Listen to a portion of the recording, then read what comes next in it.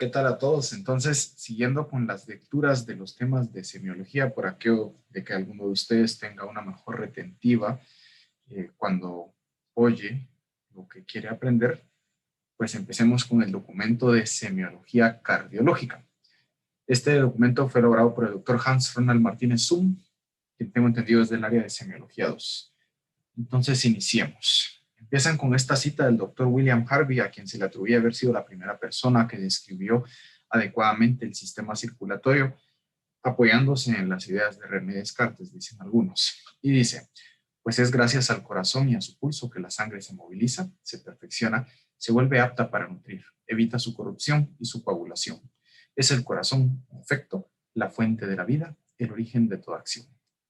Bueno, entonces iniciemos. Como en otros sistemas, una buena evaluación cardiovascular inicia con un buen interrogatorio y culmina con un buen examen físico, orientado, claro, por la historia que obtenemos del paciente. Interrogatorio. Datos de filiación. Edad. En los niños menores de 5 años se detectan con mayor frecuencia las cardiopatías congénitas, como la comunicación interventricular, CIV, y la persistencia del ductus arteriosus, PDA. Entre 5 y 12 años, la fiebre reumática. Entre 13 y 25 años, la neurosis cardíaca, síndrome de pánico y enfermedad de Chagas. De 26 a 40 años, las valvulopatías. De 41 a 75 años, la hipertensión arterial, insuficiencia cardíaca y coronariopatías, como la angina de pecho e infarto agudo del miocardio, IAM. De 45 a 55 años, la ateroesclerosis y de 75 años en adelante, la estenosis aórtica senil. Sexo. Las cardiopatías congénitas en general son más frecuentes en el hombre. Sin embargo, la PDA y la comunicación intraauricular, CIA, son más frecuentes en mujeres. En el sexo femenino es más frecuente la valvulopatía mitral. Se cree que por el menor diámetro que posee esta válvula en la mujer en relación a la del hombre. La neurosis cardíaca, corazón mixedematoso, aumento acentuado del volumen del corazón debido a una infiltración mixedematosa del miocardio, y la hipertensión arterial después de la menopausia, cuando se pierde el efecto protector vasodilatador de los estrógenos. En el sexo masculino son más frecuentes la hipertensión arterial, pericarditis aguda, infarto agudo de miocardio, estenosis aórtica, la estenosis pulmonar, EP, el cor pulmonale, fallo cardíaco derecho por enfermedad pulmonar primaria y la coartación de la aorta, estrechamiento de un pequeño segmento de la aorta localizado cerca del ductus arterioso. Ocupación. El paciente expuesto a sustancias que le provoquen neumoconiosis puede desarrollar fibrosis pulmonar, hipertensión pulmonar y al final un cor pulmonar. Los pacientes con cargos de alta responsabilidad, como ejecutivos y médicos, padecerán más de coronariopatías, ateroesclerosis e hipertensión arterial, debido a la dieta inadecuada, obesidad, tabaquismo, sedentarismo y principalmente el estrés. Origen y lugar de residencia. Es frecuente en América Meridional la enfermedad de Chagas, principalmente en el área rural, mientras que en el área urbana se verá más la hipertensión arterial y el infarto agudo de miocardio, asociado a la dieta, el estrés y al tabaquismo. Datos epidemiológicos. En Guatemala, las enfermedades cardiovasculares no ocupan los primeros lugares de prevalencia, pero toman importancia por su alta mortalidad. Las más reportadas son la hipertensión arterial, la insuficiencia cardíaca, evento cerebrovascular, SB, y el infarto agudo de miocardio, siendo más reportadas en el sexo femenino y todas en la edad adulta. Sin embargo, a nivel hospitalario, las principales causas de referencia son la cardiopatía isquémica, las alteraciones de la conducción, valvulopatías, hipertensión arterial, hipertensión pulmonar y la insuficiencia cardíaca, con predominio en el sexo masculino, excepto la valvulopatía mitral, que predomina en el femenino. Antecedentes. Cuando preguntamos sobre antecedentes patológicos, debemos primero pensar qué enfermedad cardíaca estamos sospechando para dirigir nuestras preguntas hacia las enfermedades que podrían estar asociadas por contagio o por herencia con ella, antecedentes familiares, así como las que son precedentes de la misma, antecedentes personales. Antecedentes familiares. Debe investigarse enfermedades durante el primer trimestre del embarazo, principalmente infecciosas, por ejemplo, rubeola, además de diabetes gestacional y el uso de drogas, por ejemplo, anticonvulsivantes o litio, pues pueden causar anomalías congénitas cardíacas como la persistencia del ductus arterioso, estenosis pulmonar e hipertensión pulmonar. Las madres con enfermedades que producen hipoxemia fetal, como en la hipertensión arterial, la anemia severa o algunas cardiopatías, pueden tener hijos con tetralogía de Fallot, persistencia del ductus arterioso, comunicación interventricular y comunicación interatrial. Está establecida la herencia como factor de riesgo en hipertensión arterial, aterosclerosis y por ende coronariopatías. Para hipertensión arterial existe un riesgo de 20% si un padre es hipertenso y de 40% si la padecen ambos padres. La cardiopatía congénita de los padres quintuplica el riesgo para los hijos y se duplica o triplica el riesgo si la padece un hermano. Antecedentes personales. La tuberculosis y la insuficiencia renal crónica se asocian a pericarditis y derrame pericárdico. Existe asociación entre faringoamigdalitis y fiebre reumática, así como entre glomerulonefritis e hipertensión arterial juvenil. La diabetes mellitus predispone a aterosclerosis, hipertensión arterial y a coronariopatías. Enfermedades autoinmunes como el lupus eritematoso sistémico, LES, se asocia a pericarditis y el síndrome de Down a defectos como comunicación interventricular y comunicación interatrial.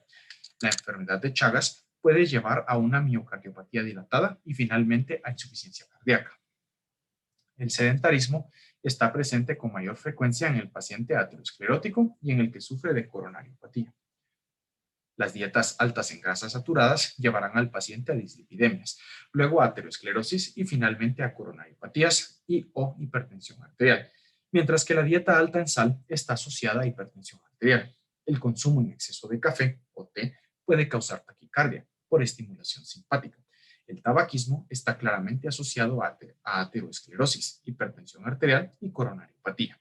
El abuso de las drogas como la cocaína y las anfetaminas pueden producir taquicardia, infarto agudo de miocardio y muerte súbita. Las que son inyectadas por compartir agujas pueden predisponer a endocarditis infecciosa.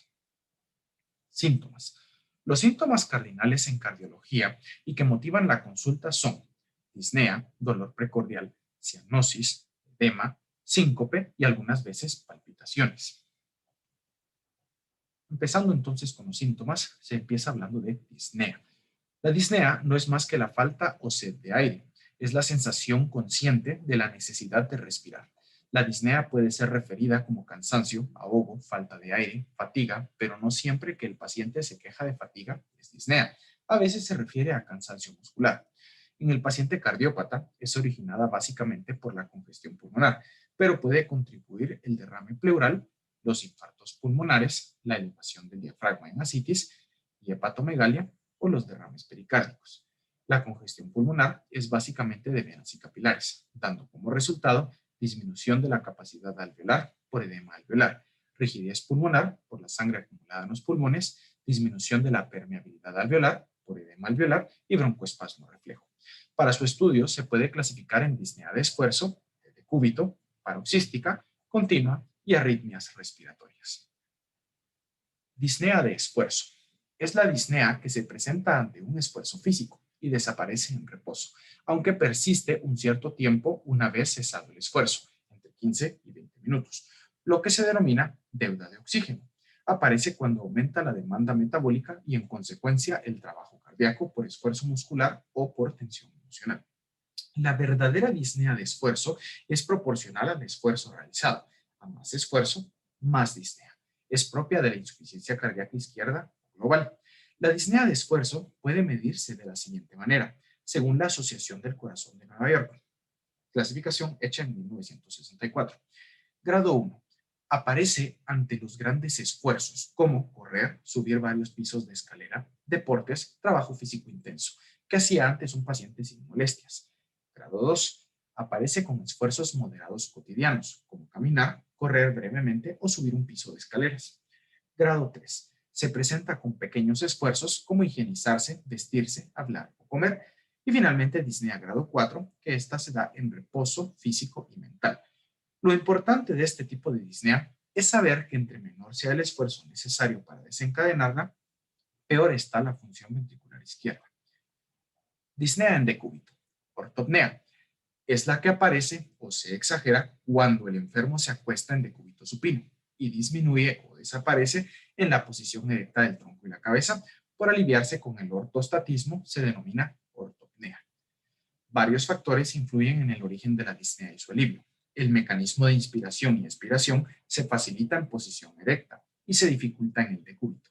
La congestión pulmonar aumenta en el decúbito y disminuye con el ortostatismo. En esta posición se acumula sangre en los vasos abdominales y en los miembros inferiores.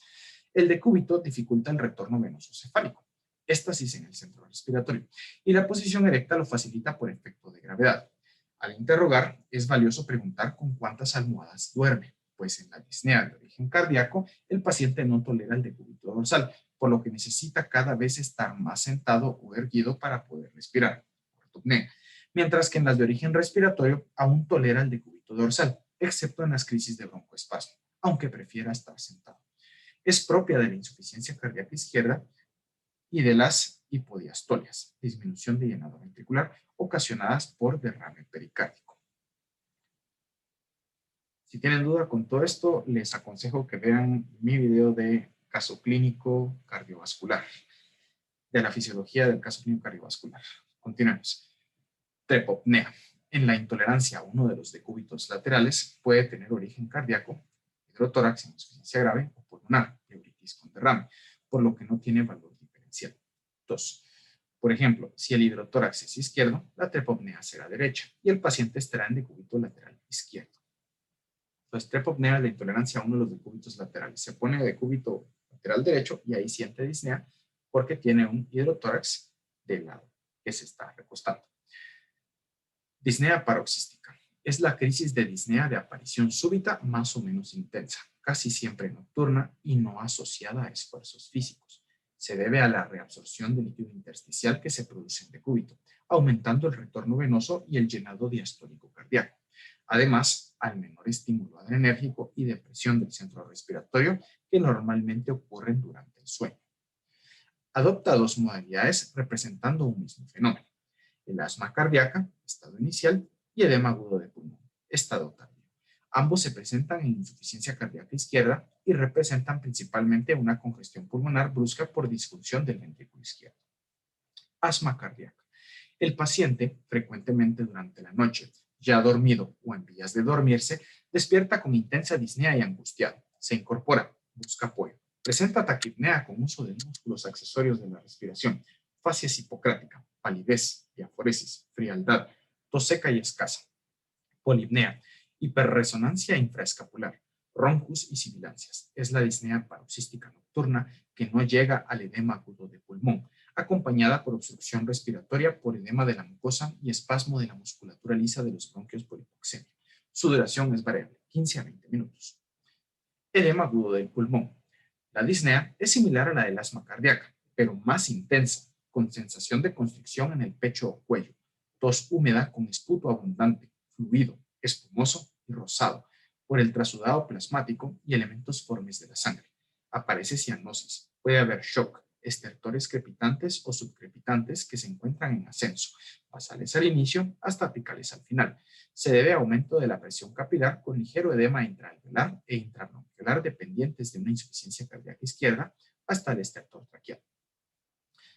De nuevo, si quieren comprender esto, les sugiero que vean mi video de la explicación del caso clínico de fisiología cardiovascular que está en su respectiva lista de reproducción. Continuemos.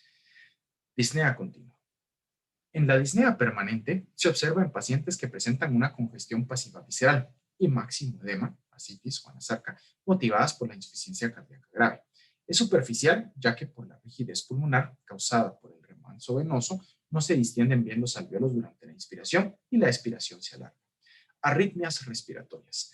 Aparece la respiración de Cheyne-Stokes, descrita en el documento de la unidad temática de semiología respiratoria.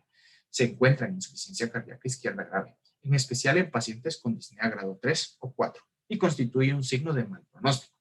Puede presentarse también en sujetos de edad avanzada con aterosclerosis subclínica. Psicológica, origen no cardíaco. Esta es desproporcionada respecto del esfuerzo que se realiza, variable en tiempo, con acentuaciones y mejorías dependientes más del estado de ánimo que de otros factores, y que se acompaña de suspiros. Puede deberse a dos cuadros. Uno es la neurosis cardíaca, desencadenada por fobia o un padecimiento cardíaco y la muerte repentina, propia de los hipocondríacos. El otro corresponde al síndrome o crisis de pánico, corazón de soldado, corazón corazón irritable, síndrome de Da Costa, producida por una hiperventilación por taquipnea y disnea suspirosa o jadeante, ocasionada por miedo o angustia. Dolor. El interrogatorio exacto de este síntoma aún no ha sido sustituido por los estudios de gabinete más sofisticados, pero debe saberse hacer con minuciosidad. El dolor torácico, y principalmente del área precordial, puede deberse a muchas causas, pero lo más importante es definir si es de origen cardíaco o no. Dolor precordial no cardíaco. Muchas estructuras extracardíacas pueden originar precordalgia, como en la pared torácica. Ejemplo, mamas péndulas, accesos de tos, herpes zóster. La pleura parietal, pleuritis, el pulmón, neumonía con extensión a la pleura parietal, el mediastino, mediastinitis, el abdomen, colecistitis, pancreatitis, hernia del hiato, úlcera péptica, infarto esplénico, el sistema nervioso, aura epiléptica. Dolor precordial psicógeno. Es precordial, a la izquierda del esternón o en el ápice o cara lateral de cualquiera de los hemitórax. Irradia al hombro izquierdo y al cuello, de carácter punzante, sordo, urente o molestia difícil de definir, acompañada de hiperestesia, fugaz, aislado o con pocas repeticiones. Aumenta con la inspiración, no se relaciona con el esfuerzo y desaparece al aliviar la tensión psíquica. Se origina por una alcalosis respiratoria secundaria a hiperventilación ansiosa, llegando a la hipotimia y a la pseudotetania, lo que origina contracción dolorosa de los músculos torácicos, causa del dolor. Se ha denominado síndrome de pánico y es clásico encontrar dolor precordial, respiración suspirosa y palpitaciones. Se trata casi siempre de mujeres con problemas de estrés psíquicos. La paciente coloca la mano abierta, apoyándola sobre la región izquierda, moviéndola hacia la axila izquierda o señalando el dolor con un dedo. Dolor precordial de origen cardíaco. Para que exista dolor cardíaco, debe haber estímulos como la isquemia, el miocardio, la inflamación de una serosa, el pericardio, o la distensión aguda del pericardio, más no del corazón. Iniciamos con los tipos de dolor entonces. Dolor anguroide. Es el dolor precordial originado en el miocardio. Se debe a una obstrucción coronaria orgánica, aterosclerosis o funcional, vasoespasmo, isquemia durante la taquicardia paroxística y crisis de hipertensión arterial. Dolor por angina de pecho o angor pectoris. Es el dolor miocárdico producido por isquemia. Sus características son aparecimiento gradual asociado a un esfuerzo del corazón, ejercicio físico, digestión, emociones, defecación en estreñidos. Localización, zona retroesternal en un 70%, conocido como zona de la corbata. A veces puede ser en la espalda o fosas supraclaviculares, apéndice xifoides o epigastrio. Intensidad, variable, pero el paciente lo puede describir como severo y profundo. Carácter, constrictivo u opresivo. A veces puede ser lancinante, perforante, terebrante y aún urente cuando la intensidad es leve. Irradiación, al borde cubital del brazo, el antebrazo y la mano izquierdos. A veces al derecho, espalda, hombro o la mandíbula, o transversal. Alivio, no se modifica con la postura, pero desaparece luego de 2 a 5 minutos de reposo. Rara vez alcanza o sobrepasa los 30 minutos, o alivia dejando un dolor superficial o una hiperalgesia cutánea. Aumenta con el esfuerzo. Dolor en el infarto agudo de miocardio. En el infarto agudo de miocardio, el dolor es similar en sus características al anginoso, pero no siempre está asociado al esfuerzo. Es de mayor intensidad y duración, se prolonga durante varias horas, pocas veces es menor a los 30 minutos, para desaparecer antes de 48 horas de manera espontánea. Si se prolonga, debe pensarse en un nuevo infarto, la extensión del primero o en angina postinfarto. Existen síntomas y signos que acompañan el dolor anguroide, como la angustia o sensación de muerte inminente, los eructos, la sensación de plenitud o distensión gástrica, náusea o vómito, disnea, parestesias en los miembros superiores, palidez, hipertensión arterial en angina o hipotensión con frialdad y diaforesis, entre paréntesis estado de choque o shock en el infarto agudo de miocardio. Dolor pericárdico. Se origina por procesos inflamatorios que comprometen el pericardio, como en la pericarditis. Aparece lenta y progresivamente por procesos inflamatorios. Rara vez aparece bruscamente. Cuando sucede por esta razón, se debe pensar en que la causa es un trauma, localizado en la zona retroesternal. Irradiación al manubrio esternal y a la zona de proyección de la base pulmonar izquierda por continuidad con la pleura parietal del pulmón izquierdo, al cuello y fosas supraclaviculares. Irradiación frénica. Carácter lancinante, urente opresivo o constrictivo, intensidad variable, regularmente moderado. Aumenta con los movimientos respiratorios, la tos, los estornudos, el hipo y en ocasiones hasta la deglución. Disminuye al inclinar el tórax hacia adelante.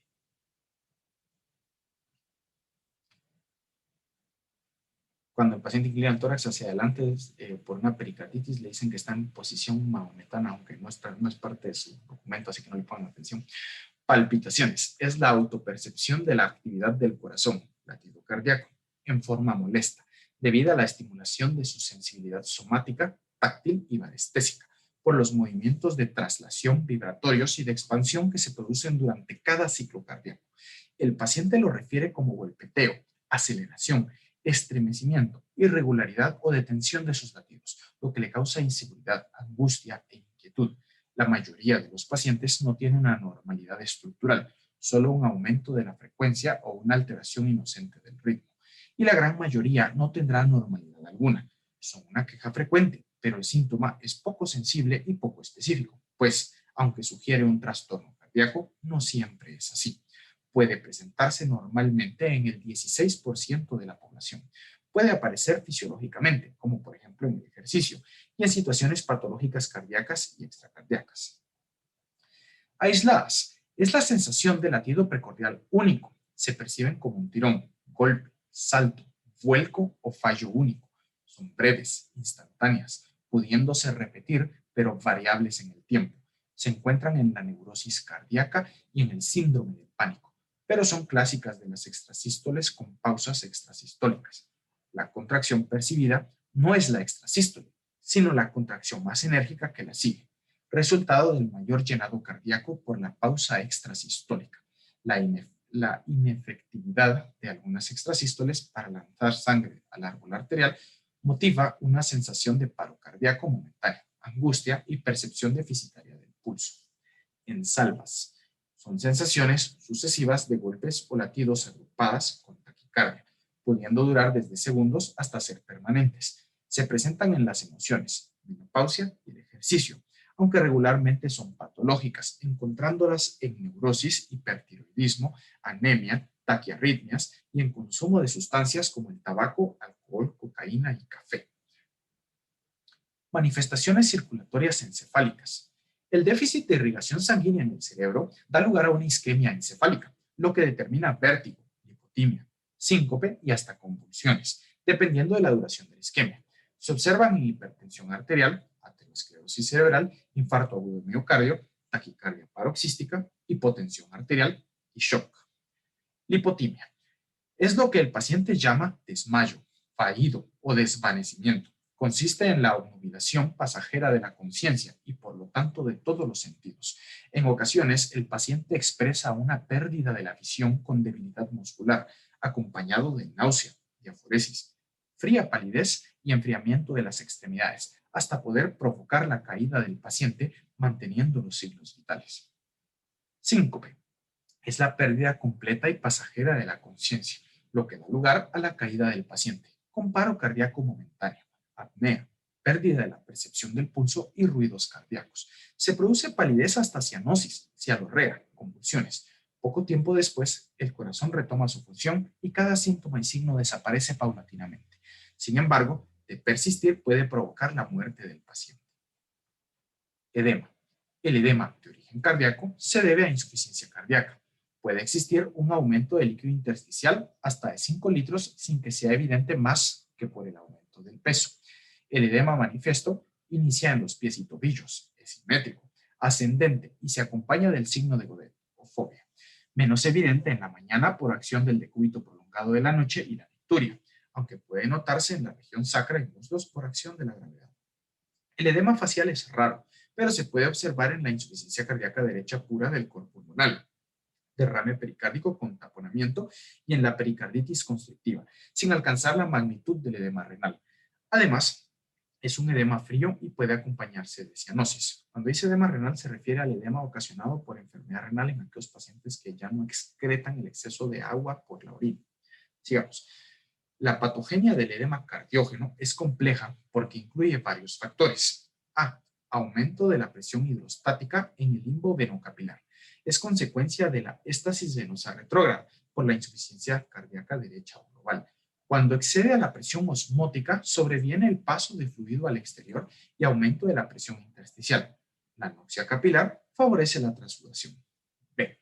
Disminución de la presión osmótica por hipoproteinemia plasmática, por disminución de la ingesta proteica, lesión hepática y derrames pleurales. C.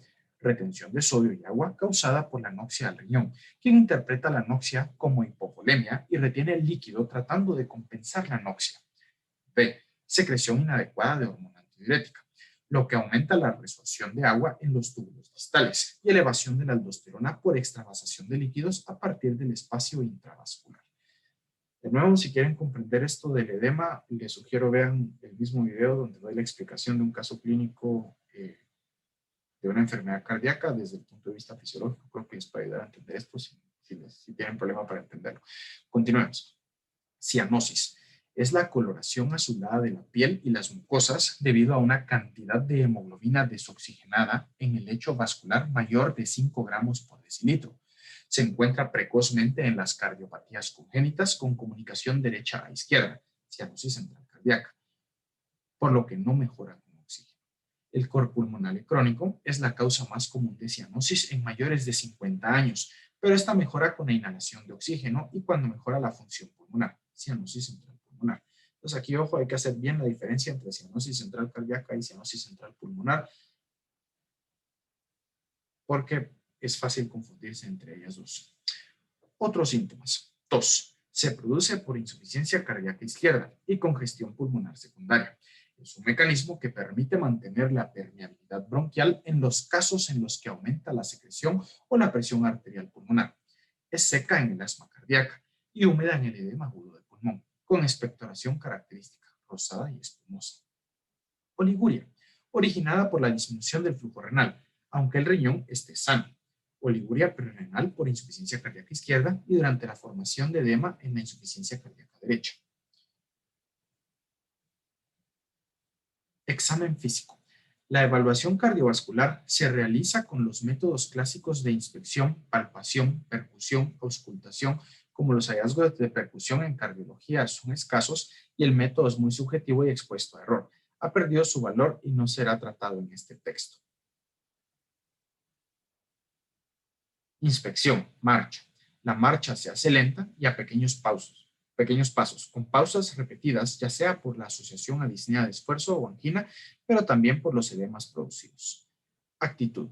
El paciente con angina de pecho regularmente está inmóvil, sabe que el esfuerzo le provoca dolor, mientras que el infarto agudo de miocardio, principalmente si es el primer ataque, está en movimiento, inquieto o angustiado.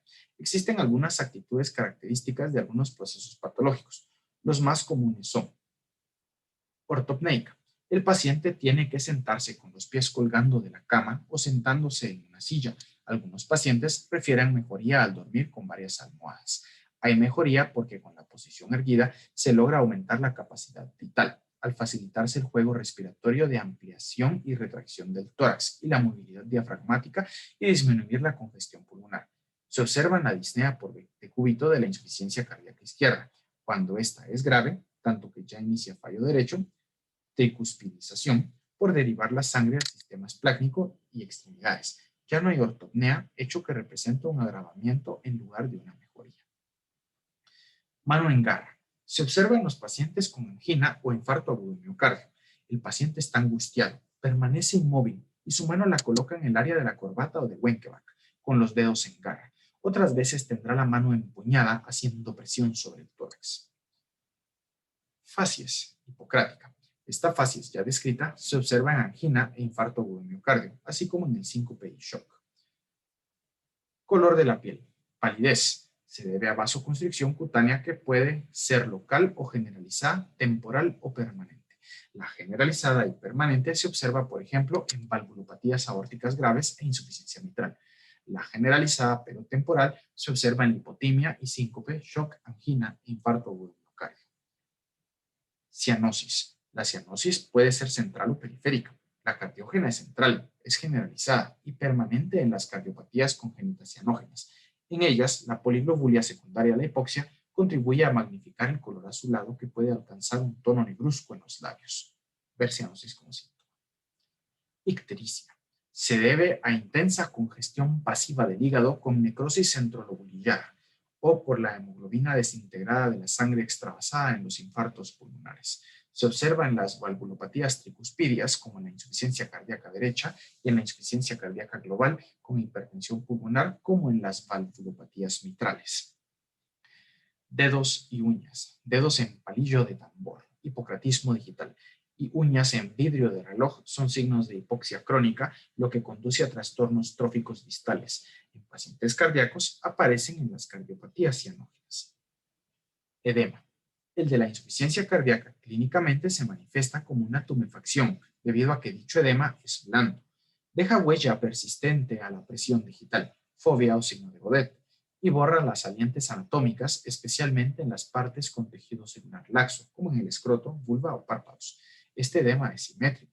Empieza en los miembros inferiores, en pacientes ambulantes, en el sacro y cara posterior del muslo, en pacientes encamados, y asciende poco a poco, pudiendo alcanzar la cerosas pleural, derrame pleural, pericárdica, derrame pericárdico, vaginal o testicular, hidrocele, abdominal, ascitis, o alcanzar todo el cuerpo, anasarca.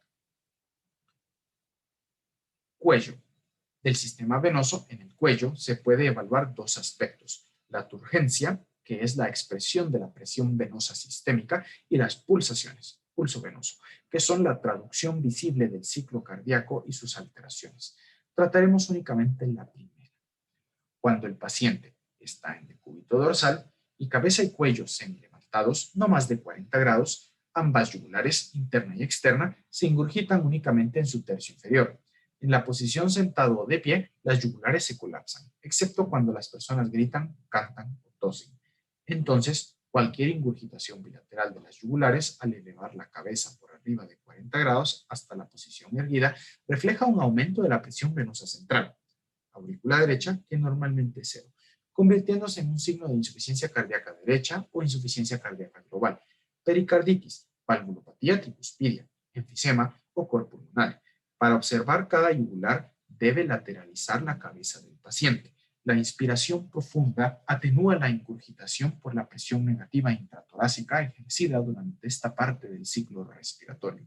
Si el reflujo hepatoyugular no se atenúa con la inspiración, sino por el contrario aumenta, constituye el signo de Kussmaul, positivo en taponamiento cardíaco y se asocia al pulso paradójico. La hipertensión venosa puede aparecer temporalmente con el ejercicio y la emoción, con el pujo o con la elevación pasiva de las extremidades, pero se normaliza con rapidez si la función miocárdica es normal. El aumento de la presión venosa, ingurgitación yugular, en casos de shock indica origen cardíaco, insuficiencia cardíaca derecha, insuficiencia cardíaca global o taponamiento cardíaco por derrame pericárdico. Evaluación. Si la ingurgitación yugular pasa más allá de la altura del manubrio esternal, se considera patológica. Entre más erguido esté el paciente y aún persista la ingurgitación yugular, peor estará su función cardíaca derecha. Este video estará puesto en la descripción del video que voy a subirles a YouTube para que puedan verlo. Palpación. Con el paciente en supino y el médico a su lado derecho, se palpa el área precordial con la palma de la mano, técnica de Barb. Esta técnica es más sensible para el frémito o thrill, sensación vibratoria percibida por la mano que palpa el precordio. Palpe primero el ápex, foco mitral y tricúspide, el borde esternal izquierdo y luego la base del corazón, foco pulmonar y aórtico. Para precisar algunos fenómenos palpatorios, se recurre después a la palpación limitada con los pulpejos del segundo y tercer dedo de la mano hábil. Esta técnica es más sensible para el punto de impulsión máxima, PIM, y búsqueda de puntos dolorosos. Punto de impulsión máxima, PIM, choque de punta o choque apexiano. Se denomina PIM, choque de impulsión máxima, al levantamiento que experimenta la región apexiana por el empuje de la punta del ventrículo izquierdo hacia adelante durante el comienzo de la sístole cardíaca. Lo componen dos movimientos. El primero y principal se debe a un endurecimiento, reducción y redondeamiento del ventrículo izquierdo durante la sístole, y el segundo, un retroceso del corazón al expulsar la sangre contra el callado aórtico. El punto de impulsión máxima puede buscarse tanto por inspección como por palpación. Del punto de impulsión máxima podemos estudiar su situación, forma, intensidad, extensión, frecuencia y ritmo, pero solo entraremos a discutir su primera característica, que sería la situación. Se ve y se palpa en la línea medioclavicular izquierda y quinto espacio intercostal en los adultos, cuarto en niños y sexto en ancianos. Se observa fácilmente en hombres, personas delgadas y menores de 20 años. Puede no percibirse en los obesos, musculosos y en las mujeres, por efecto obstructivo de las mamas, así como en 50% de los pacientes mayores de 25 años. Suele percibirse mejor en posición de pachón, de cúbito lateral izquierdo, pero debe tenerse en cuenta que se desplaza lateralmente de 2 a 4 centímetros en esta posición. Desplazamientos. El punto de impulsión máxima puede desplazarse hacia distintos puntos según algunas patologías intrínsecas y otras extrínsecas. Hacia arriba en el derrame pericárdico. El corazón flota en el líquido pericárdico. En los obesos, ascitis y embarazadas en el último trimestre, por elevación del diafragma. Hacia abajo en los delgados. En el asma y enfisema, por descenso diafragmático. Hacia la derecha en la telectasia o fibrosis pulmonar derecha, tracción hacia el lado enfermo, y neumotórax o masas izquierdas, empujan hacia el lado sano, así como en la dextrocardia. Hacia la izquierda en la telectasia o fibrosis pulmonar izquierda, neumotórax o masas derechas. Hacia la izquierda y hacia abajo en el crecimiento ventricular izquierdo. Frémito o thrill. Es la expresión palpatoria de los soplos intensos creada por la turbulencia de la sangre, soplos grado 4 en adelante, y su mecanismo de producción, así como su significado es el mismo. Las vibraciones de la pared torácica deben ser más intensas que las que se producen por los ruidos cardíacos para que sean reconocidas por palpación. Se palpan mejor en apnea postexpiratoria, en los focos de origen y con las maniobras correspondientes para cada válvula. Ejemplos comunes. Thrill diastólico en la estenosis mitral. Se percibe en la punta. En la estenosis aórtica, el thrill es sistólico. Se percibe en el segundo espacio intercostal y la línea paraesternal derechos. Véase más adelante soplos y maniobras especiales. Pulso arterial. Del pulso arterial se puede estudiar su frecuencia, amplitud, igualdad o alternancia, ritmo, regularidad, velocidad de ascenso, forma, simetría, sincronismo y tensión. Estudiaremos únicamente los cambios en amplitud, alternancia y ritmo, pues la alteración de la frecuencia ya fue estudiada. Alteraciones de la amplitud del pulso. La amplitud o altura del pulso depende de la presión diferencial, también llamada presión de pulso. Aumento. Pulso magnus, pulso amplio, corresponde al aumento de la presión diferencial, como en la insuficiencia aórtica, gasto sistólico aumentado por adición de la fracción regurgitada. También se observa en hipertiroidismo e hipertensión arterial sistólica aislada. Disminución. Pulso parvus, pulso pequeño, depende de una presión diferencial reducida, pero básicamente a expensas de una presión sistólica baja. Se observa en la estenosis aórtica, estenosis mitral, insuficiencia mitral, hipotiroidismo, hipotensión, insuficiencia cardíaca grave y taponamiento cardíaco. Pulso filiforme es un pulso de menor amplitud que el parvus, rápido y difícil de palpar. También corresponde a una presión sistodiastólica baja asociada a taquicardia. Indica colapso o shock. Les recomiendo que para cada tipo de pulso analicen las gráficas donde está esquematizado cómo es el pulso, para entenderlo bien. Alternancia. Pulso alternante o de Traube. Consiste en la sucesión de una pulsación fuerte y una débil, manteniendo la misma separación entre una y otra, ritmo, cuando la frecuencia es menor a 120 latidos por minuto. Se origina por variaciones en la fuerza contráctil del ventrículo o por variaciones en el llenado ventricular y de la presión diastólica aórtica. Si hay duda de su presencia por palpación, puede emplearse el esfigmomanómetro para corroborar el hallazgo. Insufle el manguito por arriba de la presión sistólica. Al descomprimir y llegar a la presión sistólica, aparecen primero las ondas pulsátiles fuertes y los ruidos arteriales correspondientes, que son la mitad de la frecuencia real. Al continuar la descompresión, esta frecuencia se duplica cuando se detectan también las ondas débiles. Es un signo importante de claudicación del ventrículo izquierdo, insuficiencia cardíaca izquierda. Si es leve, aparecerá transitoriamente después de una prueba de esfuerzo, mientras que si es permanente, es señal de gravedad y mal pronóstico. Pulso paradójico o de Kussmaul. No confundan esto con respiración de Kussmaul, ¿no? Pulso paradójico o de Kussmaul. Normalmente durante la inspiración, sobre todo si es forzada, se reduce la amplitud del pulso, mientras que durante la expiración aumenta, dando una diferencia de presión de pulso menor a 10 milímetros de mercurio, siendo esta variación imperceptible al tacto. Su causa es el atrapamiento sanguíneo en el lecho venoso pulmonar debido a la expansión que sufre durante la inspiración. El pulso paradójico, patológico, constituye la exageración de este fenómeno, volviéndose perceptible al tacto, pues la disminución de presión del pulso es mayor a 15 milímetros de mercurio. O sea que cuando es mayor a 15 milímetros de mercurio, esto es patológico, fisiológicamente no debe de ser mayor de 10 milímetros de mercurio. Para su comprobación, se coloca el mango del esfigmomanómetro en el brazo y se insufla manteniéndolo inflado 15 milímetros de mercurio por debajo del valor de la presión sistólica del paciente. De esta manera, se puede palpar la desaparición del pulso y o auscultar la desaparición de los ruidos arteriales correspondientes durante cada inspiración del paciente, cuando normalmente debería de percibirlos. Es propio de la pericarditis con derrame o constrictiva graves, como en el taponamiento cardíaco, y también constituye un signo de mal pronóstico en el asma bronquial. Alteraciones del ritmo. Una arritmia es la alteración del intervalo de tiempo entre una pulsación y otra. Las detectables clínicamente son: primero, arritmia respiratoria. Normalmente durante la inspiración la frecuencia del pulso aumenta y durante la expiración disminuye. No es frecuente en el adulto, pero en los adolescentes sí. Arritmia extrasistólica.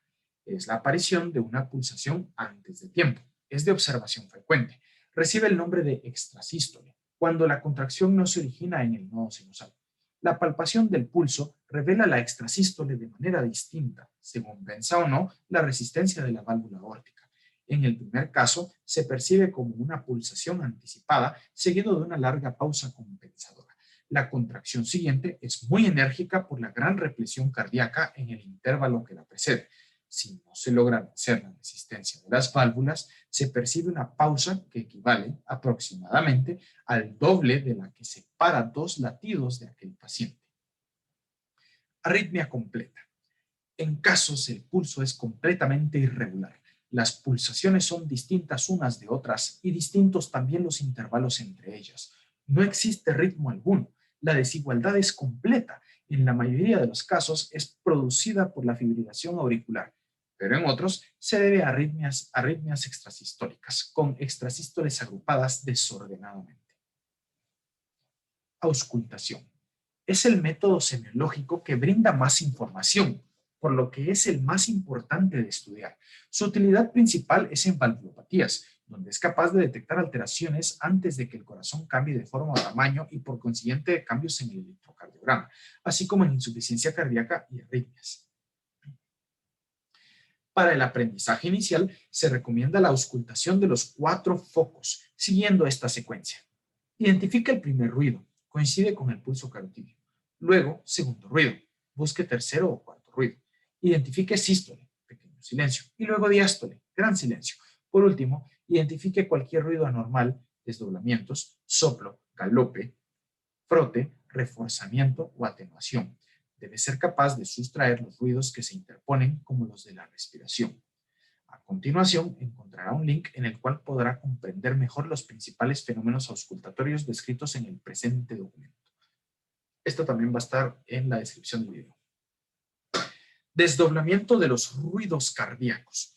Cuando se perciben dos fenómenos sonoros en el mismo ruido cardíaco, sin un silencio real inmediato, se denomina ruido desdoblado. Esto se debe a retraso en el cierre de una de las válvulas que componen ese ruido. Pues si recordamos, cada ruido cardíaco está dado por el cierre de dos válvulas. El desdoblamiento del primer ruido es raro. Estudiaremos únicamente el desdoblamiento del segundo ruido por la posibilidad de que sea normal o acompañe a alguna patología. Entonces, en este dibujo se explica el desdoblamiento fisiológico, en el cual en expiración se escucha el sonido 1 y el sonido 2 idénticos, pero en la inspiración el sonido 2 se escucha un ligero desdoblamiento. ¿Qué quiere decir eso? Que escuchamos en distinto momento el cierre de la válvula aórtica del cierre de la válvula pulmonar. O sea, si un corazón normalmente hace este ruido, cuando se desdobla el segundo ruido, se escucharía más o menos así como voy a hacer ahorita. Más o menos. No es tan entrecortado el segundo ruido, pero sí se escucha que se están cerrando en distinto momento. Y en el desdoblamiento patológico pueden ver que el sonido 2, el cierre de la aorta y la pulmonar son aún más separados. Más o menos ahí sí como intenté hacer el sonido. El desdoblamiento del segundo ruido es fisiológico durante la inspiración debido al retorno venoso aumentado al ventrículo derecho, con prolongación de la sístole y consiguiente retraso del cierre de la pulmonar, mientras se acumula sangre en el lecho pulmonar, con menor llenado ventricular izquierdo y vaciado más rápido de este, pero vuelve a ser único durante la expiración. Es normal en niños y jóvenes. Cuando el componente aórtico y pulmonar del segundo ruido se encuentran separados y no varía con la respiración, se denomina desdoblamiento permanente del segundo ruido y esto es patológico. Nos indica aumento del llenado y presión del ventrículo derecho, como en la hipertensión pulmonar y la comunicación interventricular, así como alargamiento de la sístole derecha en relación a la izquierda, como en bloqueo de la rama derecha por retraso en la activación y en comunicación interatrial y EM por acortamiento de la sístole izquierda. Reforzamiento y atenuación. Los ruidos cardíacos se reforzarán porque las válvulas que los producen se hagan más rígidas, como en la estenosis, y o cierren abruptamente. Asimismo, se debilitarán cuando dichas válvulas cierren de manera incompleta, insuficiencia o débilmente, aunque el reforzamiento tiene más importancia clínica que el debilitamiento. Si recordamos que el primer ruido se debe al cierre de las válvulas aurículo-ventriculares, AB, mitral y tricuspidia, este ruido aparecerá reforzado en EM y ET y atenuado en la insuficiencia de dichas válvulas. Entonces, si el segundo ruido se debe al cierre de las válvulas seminulares, SL, aórtica y pulmonar, la EA, EP, hipertensión arterial, hipertensión pulmonar, aterosclerosis serán causas de reforzamiento, mientras que la insuficiencia aórtica e insuficiencia pulmonar serán causas de atenuación. El reforzamiento de ambos ruidos lo darán causas que hagan que las válvulas tanto atrioventriculares como semilunares se cierren bruscamente y con intensidad, como el hipertiroidismo, corazón hipercinético, ejercicio, fiebre, emociones, fístulas arteriovenosas, anemia, mientras que se encontrarán atenuados o alejados cuando se interponga un obstáculo para su auscultación. Obesidad, derrame pericárdico, enfisema pulmonar, derrame pleural izquierdo y neumotórax izquierdo, o el corazón esté debilitado, como la insuficiencia cardíaca, infarto agudo de miocardio y shock. Tercer ruido cardíaco patológico. El tercer ruido es un sonido que se produce después del segundo ruido, causado por el impacto de la corriente contra las paredes ventriculares de difícil auscultación y presente normalmente solo en menores de 25 años y en embarazadas durante el tercer trimestre. El tercer ruido es patológico cuando genera un ritmo a 3 tiempos que asemeja al galope de un caballo, ritmo de galope, cuando la frecuencia cardíaca oscila entre 90 y 120 latidos por minuto. Como el tercer ruido es producto del llenado ventricular rápido, diástole, y la distensión súbita de un miocardio hipotónico lo exagerará, insuficiencia cardíaca izquierda, y aunado a taquicardia se convertirá en el ritmo de galope. Es un signo precoz de la insuficiencia cardíaca izquierda. Se percibe mejor en posición de pachón y en el ápex. Entonces, esto suena igual a un galope. Normalmente escuchamos esto. Y cuando tiene tercer ruido, escuchamos un caballo galopando. Prácticamente se escucha.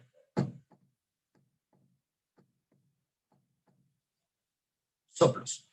Son sonidos que aparecen en relación con el ciclo cardíaco, producidos por el flujo sanguíneo turbulento derivado de un brusco aumento de la velocidad por anomalías valvulares, defectos septales o dentro de los mismos vasos sanguíneos. Para describir un soplo, conviene hacerlo de la siguiente manera. Foco de máxima auscultación, MTAP. Ubicación, sistólico, diastólico o continuo, si es en ambos.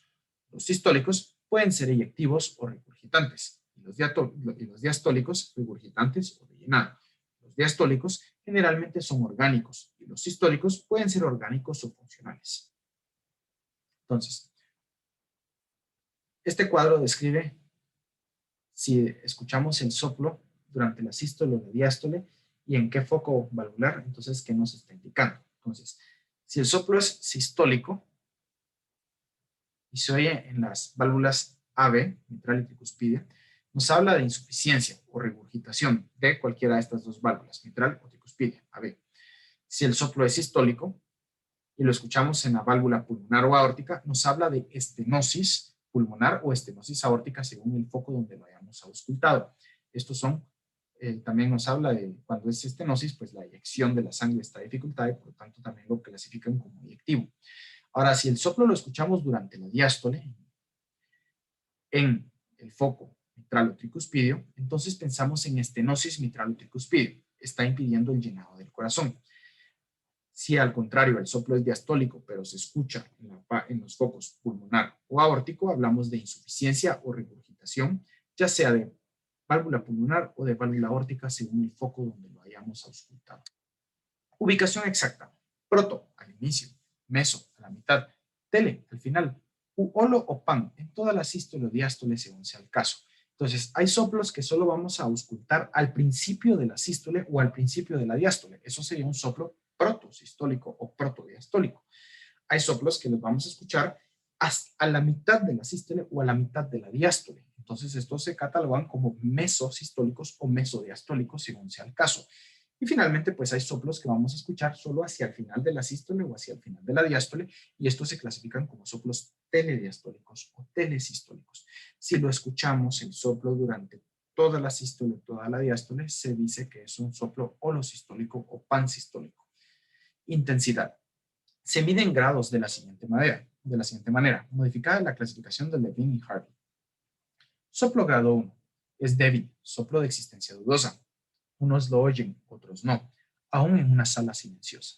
Soplo grado 2 es de baja intensidad, todos lo auscultan en el silencio.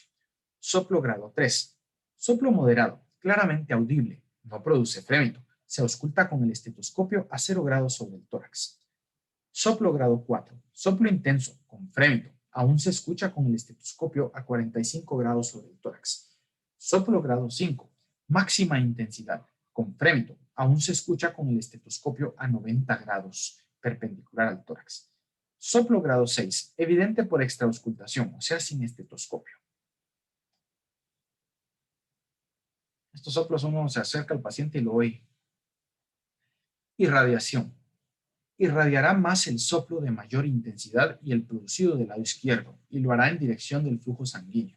Así, el soplo de la pulmonar irradiará al segundo espacio intercostal derecho, y el aórtico al cuello, segundo espacio intercostal izquierdo, borde external izquierdo hasta el ápex, el tricuspidio al lado contralateral del foco tricuspidio y el mitral a la axila izquierda e incluso al dorso. Tono y timbre. Por ser características que requieren de mucha experiencia, no se tratarán en este momento. Modificaciones con la posición, respiración, ejercicio o tratamiento. Ver posiciones y maniobras. Clasificación de los soplos según su causa. Orgánico, en relación con una lesión anatómica irreparable del aparato valvular, como estenosis o insuficiencia o defectos septales. Son sistólicos, diastólicos o continuos, intensos, suelen acompañarse de frémito o thrill palpatorio y se irradian. Soplos funcionales, por dilatación del corazón y del anillo de inserción perivalvular. La válvula es sana, pero insuficiente, como ocurre con la mitral por la dilatación del ventrículo izquierdo, como por ejemplo la mitralización, y con la tricuspidia, con la tricuspidización, en la dilatación del ventrículo derecho. Son sistólicos, no muy intensos, cortos, se irradian poco y rara vez presentan frémito, son más sonoros durante el esfuerzo físico, remiten al mejorar el estado del corazón. Y por último, soplos anorgánicos, sin lesión orgánica ni funcional del aparato valvular, son mesosistólicos, de poca intensidad y tonalidad elevada, no irradian más allá del foco de origen, que suele ser mitral o pulmonar. Estos soplos no producen alteración hemodinámica y a pesar de su aparatosidad, no tienen significación alguna. Aparecen en individuos sanos después de esfuerzos o emociones y en los febriles o hipertiroideos con gran taquicardia por aceleración y en los anémicos por dilución. Un caso especial es el de los soplos inocentes. Se refieren a aquellos que no significan una patología. Se encuentran en niños y adolescentes. Se localizan principalmente en el foco pulmonar y área paraesternal izquierda. Son sistólicos, de intensidad leve a moderada, 1 a 3, sin frémito, no se irradian, se acentúan de pie, con el esfuerzo, las emociones. Se encuentran en 30 a 50% de los niños entre 3 y 7 años y se atenúan con el tiempo hasta desaparecer antes de los 25 años. Frote pericárdico. Se trata de un sonido rudo, áspero, raspante, semejante al producido por una lija. Resulta del frote de las hojas pericárdicas inflamadas y despulidas. Se ubica en cualquier lugar del precordio, pero es más frecuente en la base, el mesocardio y el ápex en ese orden. Es más notorio durante la sístole y en inspiración, aunque se ausculta también durante la diástole. Puede ir acompañado de un frémito palpatorio. Se diferencia de los soplos cardíacos porque no guarda relación con los ruidos cardíacos. Es signo de pericarditis. Posiciones y maniobras especiales. Posición de Harvey. Paciente sentado con inclinación del tórax hacia adelante. Lo que se pretende es acercar la base del corazón a la pared torácica, hecho que magnifica los ruidos auscultatorios provenientes de las válvulas semilunares, aórtica y pulmonar. Posición de Pachón. Paciente acostado en decúbito lateral izquierdo. Con ello se logra acercar la punta del corazón a la pared torácica, mejorando la sensación palpatoria del punto de impulsión máxima y se magnifican los ruidos originados en la válvula mitral. Maniobra de Rivero-Carvalho. Se ausculta al paciente mientras éste hace una inspiración profunda, durante la cual aumenta el retorno venoso por la presión negativa intratorácica, magnificando los ruidos del corazón derecho, válvulas tricúspide y pulmonar. También aumenta la intensidad del frote pericárdico y el desdoblamiento del segundo ruido. Maniobra de Valsalva. Se le pide al paciente que haga una inspiración profunda y luego que puje o que intente expirar con la glotis cerrada, momento en el que se auscultan los focos del corazón izquierdo, válvulas mitral y aórtica. Esta maniobra tiene como resultado un drástico aumento de la presión intratorácica, lo que disminuye el retorno venoso al corazón derecho por la reducción del flujo dentro de la cavidad torácica, con lo que se atenúa la intensidad de los sonidos del corazón derecho, haciendo evidentes los originados en el corazón izquierdo. Prueba de reflujo hepatoyugular, Rondot-Pasteur o abdominoyugular, Liam. Observe las venas yugulares antes, durante y después de la presión abdominal, con el paciente en decúbito dorsal, elevando el tronco 30 a 60 grados, comprima el hipocondrio derecho con su palma en dirección a la columna vertebral, Rondot-Pasteur, o bien en el centro del abdomen, Liam, por 30 a 60 segundos, mientras observa las venas yugulares, principalmente la interna. Asegúrese que el paciente no haga maniobra de Valsalva, pues obtendrá un falso positivo. Normalmente con esta maniobra, en el paciente sano, la presión aumenta para 1 o 2 latidos cardíacos para regresar a la normalidad y por lo tanto desapareciendo la ingurgitación yugular. El reflejo hepatoyugular es positivo si con esta maniobra el nivel de ingurgitación venosa yugular se eleva más de 3 centímetros por arriba de lo normal y por más de 15 segundos, independientemente de los movimientos respiratorios, y desaparece al dejar de hacer presión. Entonces, más de 3 centímetros arriba de lo normal por más de 15 segundos. Se debe a que con la presión abdominal se incrementa el retorno venoso, pues se desplaza el contenido de las venas abdominales hacia la vena cava inferior, y si el ventrículo derecho es incapaz de acomodar un aumento del retorno venoso, habrá reflujo hacia la vena cava superior y sus tributarias, haciéndose evidente mediante la ingurgitación yugular. Esta maniobra es positivo en insuficiencia cardíaca derecha, sensibilidad hasta 72% con especificidad hasta 96%, pero también en pericarditis, infarto agudo miocardio derecho y cardiomiopatía restrictiva. Otros signos. La hepatomegalia por congestión pasiva es un signo de insuficiencia cardíaca derecha o global. La esplenomegalia es muy rara en adultos, pero común en niños, pero de escasa magnitud. Se debe a la misma razón que la hepatomegalia. Síndromes. Los principales síndromes cardiovasculares que pueden observarse son shock o choque, insuficiencia cardíaca, cardiopatía isquémica o insuficiencia coronaria, síndrome coronario, hipertensión arterial, valvulopatías, síndromes pericárdicos, arritmias cardíacas, endocarditis infecciosa, hipertensión pulmonar, tromboembolia pulmonar, insuficiencia vascular periférica, cardiopatías congénitas. Estudiaremos únicamente los más frecuentes y de mayor relevancia clínica. Shock o colapso, disculpen. Es un cuadro grave que se instaura a causa de una pérdida progresiva del volumen circulatorio efectivo. Hay una disminución del retorno venoso al corazón con reducción del volumen minuto y caída de la presión arterial, lo que da lugar a una hipoxia ística, que altera la permeabilidad capilar, lo que aumenta la pérdida de líquidos y proteínas plasmáticas que incrementan la hipovolemia. El cuadro clínico es variable porque el suceso puede ser leve a severo, súbito o gradual, y breve o prolongado. Los síntomas y signos representan la hipoperfusión y disfunción multisistémicas, disfunción e insuficiencia múltiples de órganos, lesión y muertes celulares diseminadas y respuestas corporales a esta situación amenazante. En cuanto al estado mental, hay ansiedad al principio, más adelante confusión, agitación, somnolencia y coma en los estadios más prolongados y severos. La presión arterial es normal al inicio y luego hay hipotensión. La piel está fría, pálida, húmeda y viscosa por vasoconstricción simpática. El pulso es filiforme, hay taquipnea, hay oliguria, la anuria es signo de mal pronóstico. Otras causas frecuentes son hemorragia, deshidratación, infarto agudo de miocardio, sepsis, taponamiento cardíaco, entre otros. Hay oliguria porque el riñón deja de recibir sangre porque hay disminución del flujo del volumen circulatorio efectivo. Eso disminuye entonces la cantidad de sangre que se filtra en los glomérulos, por lo tanto disminuye la cantidad de orina que se produce. Esto nos indica que el déficit de volumen circulatorio efectivo es grande y por eso es signo de mal pronóstico. Incluso en estos pacientes que están en estado de choque se usa la excreta urinaria, cuánto está orinando el paciente, como parámetro para medir si nuestro tratamiento está siendo efectivo o no. Sigamos. Insuficiencia cardíaca. Es un trastorno funcional que se manifiesta por una incapacidad del corazón para eyectar la sangre y hacer frente a las necesidades metabólicas del organismo. Se puede originar por disminución de la capacidad contráctil del corazón o por aumento de la sobrecarga de presión o de volumen impuesta al corazón. La insuficiencia cardíaca se puede estudiar según sea de gasto alto o bajo, sistólica o diastólica, según su gravedad, aguda o crónica, retrógrada o anterógrada. Estudiaremos únicamente su presentación clínica izquierda, derecha y global. Entonces, insuficiencia cardíaca izquierda es aquella en la que predominan los signos y síntomas de congestión pulmonar, principalmente con manifestaciones respiratorias. Al fallar el ventrículo izquierdo por cualquier causa, se produce inicialmente éstasis de la sangre procedente de los pulmones y posteriormente flujo retrógrado que da origen a una sintomatología predominantemente pulmonar.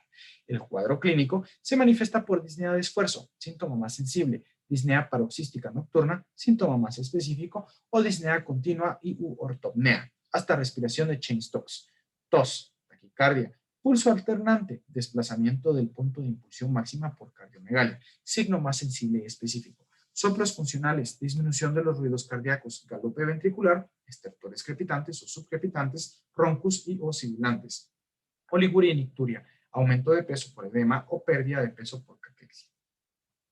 Las causas más comunes son hipertensión arterial, infarto agudo de miocardio, valvulopatía aórtica o mitral y la enfermedad coronaria. Insuficiencia cardíaca derecha.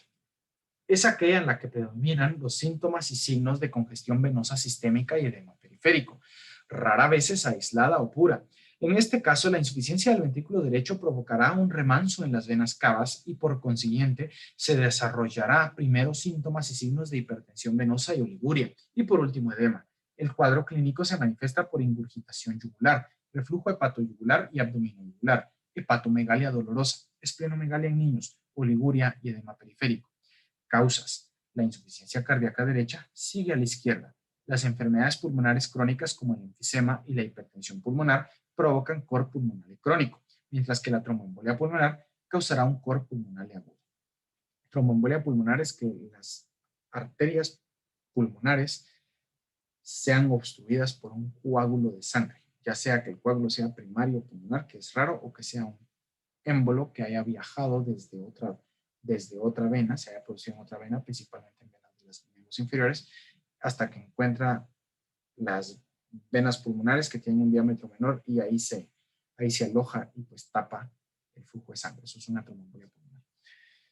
Insuficiencia cardíaca global. Síntomas y signos combinados de la insuficiencia cardíaca derecha a izquierda. Desaparece la disnea cuando hay tricuspidización. Cardiopatía isquémica o síndrome de insuficiencia coronaria. Es un síndrome que se produce por una disminución aguda o crónica, transitoria o permanente, del riego sanguíneo y del aporte de oxígeno al corazón en relación al requerimiento de este. Predomina en los hombres, relación 2:1, o sea, 2 hombres por cada mujer. Se puede manifestar como angina de pecho o como infarto o miocardio. En situaciones patológicas, el endotelio se altera y disminuye su producción de óxido nítrico, que es un vasodilatador. Además, se producen obstrucciones del flujo. La principal causa de ambas es la aterosclerosis, seguida de sobrecarga de volumen en las valvulopatías, sobrecarga de presión en la hipertensión arterial o estenosis aórtica, reducción del aporte de oxígeno y arritmias. Angina de pecho, precordialgia por isquemia, precedida de esfuerzo o emociones, cede con el reposo, se acompaña de diaforesis, palidez, palpitaciones, náusea, vómito y angustia. El examen físico es normal, a excepción de hipertensión arterial y taquicardia. En el 90% de los casos se debe a estrechez aterosclerótica de las coronarias. Los factores predisponentes son la hipertensión arterial, el tabaquismo, obesidad, hiperlipidemias, diabetes, estrés emocional y sedentarismo. Los factores desencadenantes son el esfuerzo físico, emociones, frío y coito. Infarto agudo de miocardio. En este caso, existe una necrobiosis isquémica de un sector del miocardio. Se caracteriza por precordialgia de larga duración, más de 30 minutos e intensa, no relacionada al esfuerzo y no alivia el reposo. Se acompaña de disnea y taquipnea, ansiedad con sensación de muerte inminente, palpitaciones, náusea y vómitos, confusión mental o síncope, hipotensión arterial hasta shock, diaforesis, piel fría y pálida, ambos ruidos cardíacos apagados, taquicardia, arritmias y signos de falla ventricular izquierda. Puede aparecer fiebre. Las causas, los factores predisponentes y los factores desencadenantes son los mismos que en la angina de pecho. Valvulopatías describiremos las más comunes. Estenosis aórtica es la estrechez del orificio valvular aórtico por lesiones inflamatorias o degenerativas, produciendo obstrucción de la eyección ventricular izquierda. Es la valvulopatía más frecuente y predomina en el sexo masculino. A medida que el orificio se reduce, se genera una sobrecarga progresiva de presión que causa una hipertrofia de la pared ventricular izquierda.